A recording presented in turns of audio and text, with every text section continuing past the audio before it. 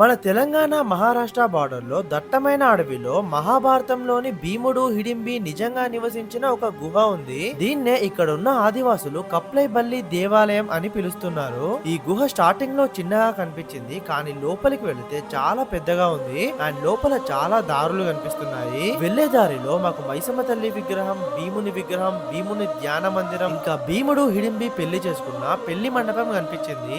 ఇక్కడ లోపల వెలుతురు కోసం మధ్య మధ్యలో కొన్ని దీపాలు కూడా పెట్టారు. ఇంకా వెళ్లే దారిలో ఎక్కడి నుంచి వస్తున్నాయో తెలియదు కానీ పైనుంచి వర్షం లాగా చినుకులు పడ్డాయి. ఇట్లా 14 ద్వారాలు దాటి దాదాపు ఒక హాఫ్ కిలోమీటర్ లోపలికి నడుచుకుంటూ వెళితే ఒక కోనేరు కనిపించింది.